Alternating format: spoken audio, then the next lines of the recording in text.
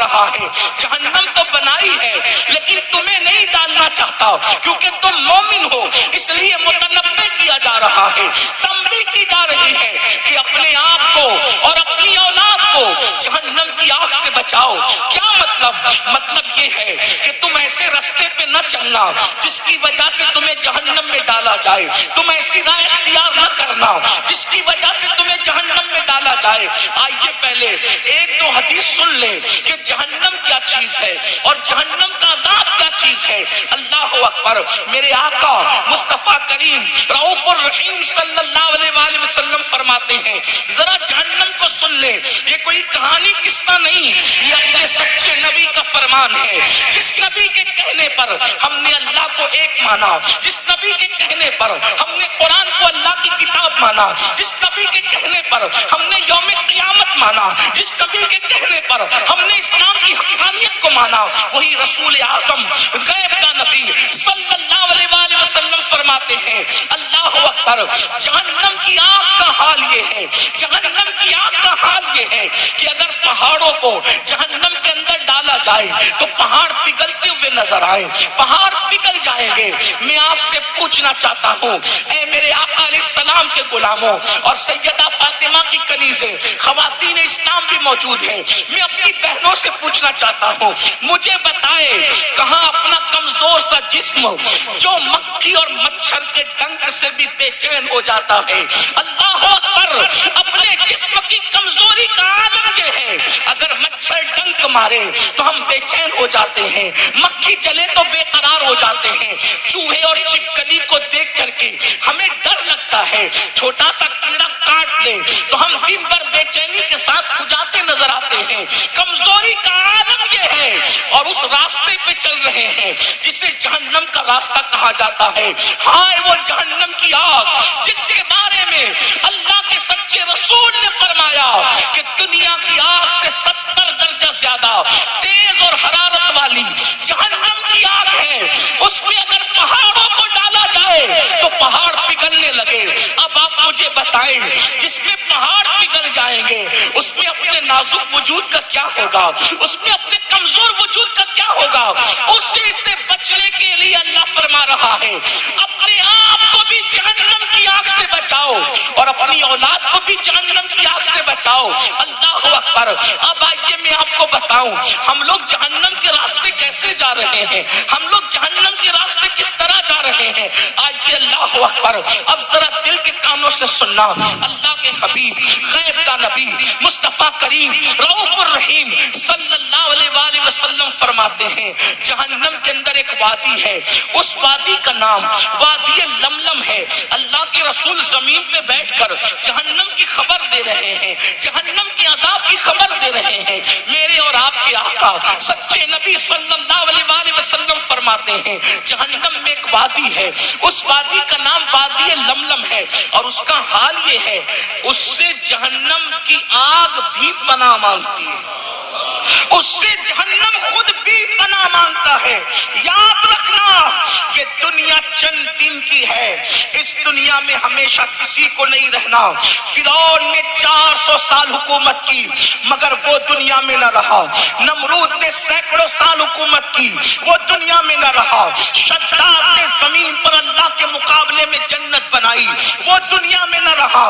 یاد رکھو نیک لوگ بھی اس دنیا میں نہ رہے اور برے لوگ بھی اس دنیا میں نہ رہے، ہم بھی اس دنیا میں نہیں رہیں گے۔ ہم سے پہلے ہمارے باپ دادا تھے، ان سے پہلے ان کے باپ دادا تھے، ان سے پہلے ان کے باپ دادا تھے اور ہمارے بعد ہماری نسلیں ہوگی۔ میرے عزیز، مال کی محبت میں آخرت کو فراموش مت کرو، جوانی کے نشے میں اللہ کے فرمان کو پیٹ کے پیچھے مت ڈالو، آخر موت ہے موت، روح کا رشتہ جسم سے ایک دن ٹوٹ جائے گا اور اللہ کی عدالت میں تمہیں اور ہم سب کو کھڑے ہونا ہوگا. افسوس, اللہ اکبر. میں تو اسکول کے بچوں کو کہتا ہوں کہ اسکول کے بچوں تمہیں سلام کرتے ہیں. بورڈ کا ایگزام دینا ہو, بورڈ کا ایگزام دینا ہو تو اسکول کے بچے پوری رات جاگ کر تیاری کرتے ہیں. افسوس, اسکول کے بچوں کو بورڈ کا ایگزام دینا ہے تو وہ پوری رات جاگ کر تیاری کرتے ہیں. ایگزامینر اپنے جیسا انسان ہے, اس کو امتحان دینا ہے تو پوری رات جاگ کر تیاری کرتے ہیں. ہمیں تو اللہ کو امتحان دینا ہے. ہم کتنی راتیں جگے, ہم نے کیا اس امتحان کی تیاری کی, ہم نے اس تیاری کے لیے کیا انتظام کیا, سوائے گناہ کے, سوائے پاپ کے, سوائے جرائم کے, سوائے اللہ کی ناراضگی کے ہم نے کوئی کام ہی نہیں کیا. ہائے اپنا کیا بنے گا.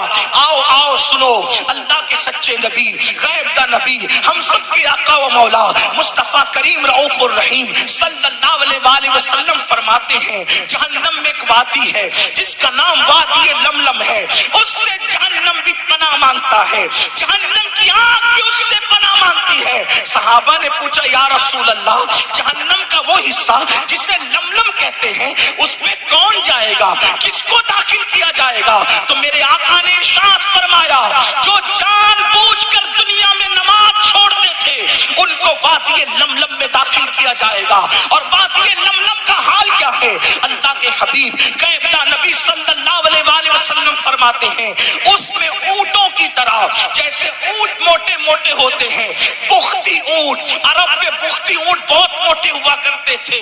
میرے آقا نے سچے نبی نے فرمایا بختی اونٹوں کی طرح جہنم کے اندر موٹے موٹے بچھو ہیں اور ان کے ڈنگر کا حال یہ ہے ایک مرتبہ وہ کسی کو ڈس لے تو 70 سال تک کے زہر اس کے جسم میں گھومتا رہے گا.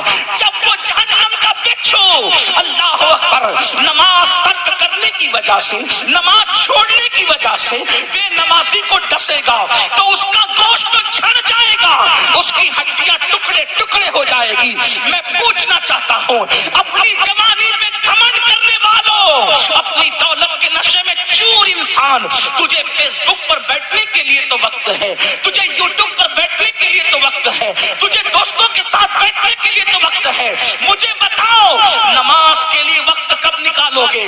جب بھی کسی جلسے میں جاتے ہو مولوی صاحب تقریر کرتے ہیں نماز پر, سوچتے اس جمعہ سے نماز پڑھیں گے, اس جمعہ سے نماز پڑھیں گے, اس جمعہ سے نماز پڑھیں گے. لیکن افسوس کوئی وہ جمعہ نہ آیا جس دن سے ہم نے نماز شروع کی. کل سے پڑھیں گے, کل سے پڑھیں گے. یاد رکھنا میرے عزیز, میری قوم کے جوانوں, کل کسی کی زندگی میں کبھی نہیں آتا, کل کبھی نہیں آئے گا, کل ہمیشہ آج بن کر کے آتا ہے. کل سے نماز نہیں, آج سے پڑھیں گے, ابھی سے پڑھیں گے, اسی وقت سے پڑھیں گے. جلسے سے لوٹنے کے بعد سب سے پہلا کام یہ ہوگا کہ جنہوں نے عشاء نہیں پڑھی ہے وہ نماز عشاء ادا کریں گے. اس لیے کہ یہ جلسے بھیڑ جمع کرنے کے لیے نہیں, یہ جلسے دلوں میں انقلاب کے لیے ہے. وہ سیاسی جلسے ہیں جہاں سر گنے جاتے ہیں, یہ سیاسی جلسے نہیں ہے یہاں دل دیکھے جاتے ہیں. یہاں یزیدیوں کی طرح